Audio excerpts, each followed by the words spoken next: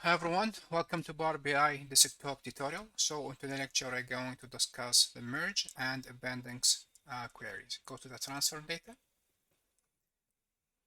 So go for sales data 2022.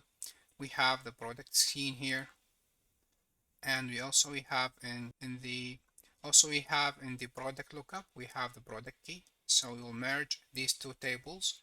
This is the primary key and the other is the foreign key. We'll merge these two tables based on this product key. So go to 2022. We need to merge the data in here. Go to from home. You have merge queries. Within merge queries, you have merge queries. So you will merge the data in here, or you need to merge data. You have merge queries as a new. So as a new table, create a new table. So let's gonna do it here over this sales data 2022, and let's gonna go merge queries. You will have this table. The first one is sales data 2022, the one that you are already select. And you have, this is the drop down menu. You can choose from here. We have the second table with the product lookup. So within the product key, we have the product key in here. Click on the product key and click on the product key in here. You'll see the selection matches 29,481 is the same, and we will join this table based on the left outer join. So he will take all the data within the sales data and add the matching part from this table. Let's gonna go OK. So after you click OK, we have to do another options in here. Go for this is arc arrow in here, and then you have two options. Either you select all the data within the product lookup, or you select specific, go for select specific columns. We need the product key, I need the product name and product color. So if you click OK, now you will see you have added the 3 columns from product lookup to the sales data 2022. Okay, let's gonna go back. 1, 2, and 3. We also have another things in here is called appendix queries. I'm gonna go 2022. And to do that, we have to add another data. Go from all the data already provided in the second lecture, so you can back and practice with me. We have 2021. Open the data. This is sound okay. And also we have, let's gonna do, just rename it, sales data 2021. The columns, the header, the data type is okay. And then I'm gonna go back again, add sales data 2020. Change, okay, this is the window. Change sales data 2020. And the data type, the headers is looking fine, and the data type is okay. So let's go back to sales data 2022, and then we go to the home and appendix queries. The same, we have appendix queries. So you will collect all these columns in one query, all these queries, all these tables in one table.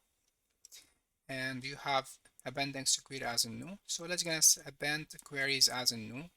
So in here we have two options. It's 2 tables or more. We have 3 tables. You have 2020, and within your control on your keyboard, 20 and 21 add. Click OK.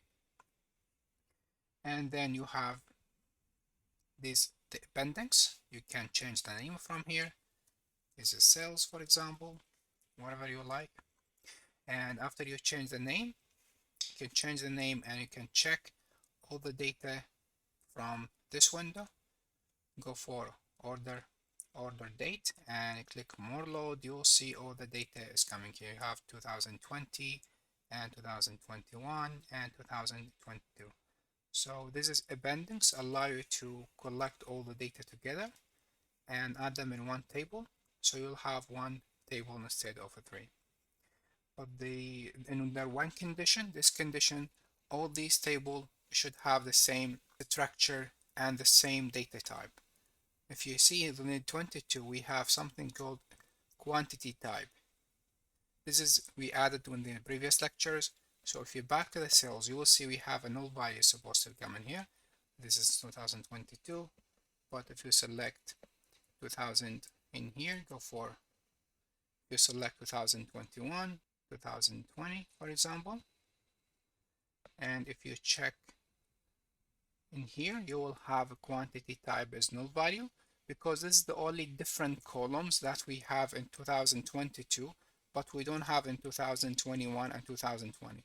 That's why the appendix, you have to add, you have the structure on all the data type is supposed to be all the same. Otherwise, you'll have, it will give you a null value. So you can back from here and delete it, remove it from here, and you can check again. So no way. And you can do the same again. But now if I need to delete now, since we collect all these three tables together, we have in the cells. So if I need to delete now this one, click delete. The Power BI query will not allow me to delete because this new table is independent on these three queries. So we cannot delete them. But if you need really to delete them, so you can save them all within one folder, and then you upload again as one folder. So let's gonna do that. Remove this, the last one we create, remove this one, the last one we create, and this to cells 2022, and remove all the queries. So within the Power BI course, within Power BI course, I have this all the data when I provide to you. I collect all these tables within cells data, so I have all these three data tables together. I'm gonna back from Power BI and go for source, more, and then go for folder, connect, browse, desktop Power BI, and then have Power BI raw data, adventure, this is cells data, and then give them OK, click OK. So we'll have a new Windows pop on in here. You have the content, and the name is the extension, and data access is data accessed and data modified and data created, attribute, etc. So we have two options. This is combine transform data or transform. Let's go for transform data. And now we have to go to do another extra step. Go from contact, right click on this arrow. Within the arrow, it will allow you to combine these, all the combined files. So you combine these three files, and these are, you can check the file one by one. This is 2020, 2020, and you have 2022. And then if it's all of them is they have the same structure and the same data type, so click OK. And then it will name the data automatically, cells data, and it's going to keep the cells data. You can check from the source name. This is the source name. It will tell you this is the data 2022 is come from 2022 cells data, and if you scroll down, you'll see all the data.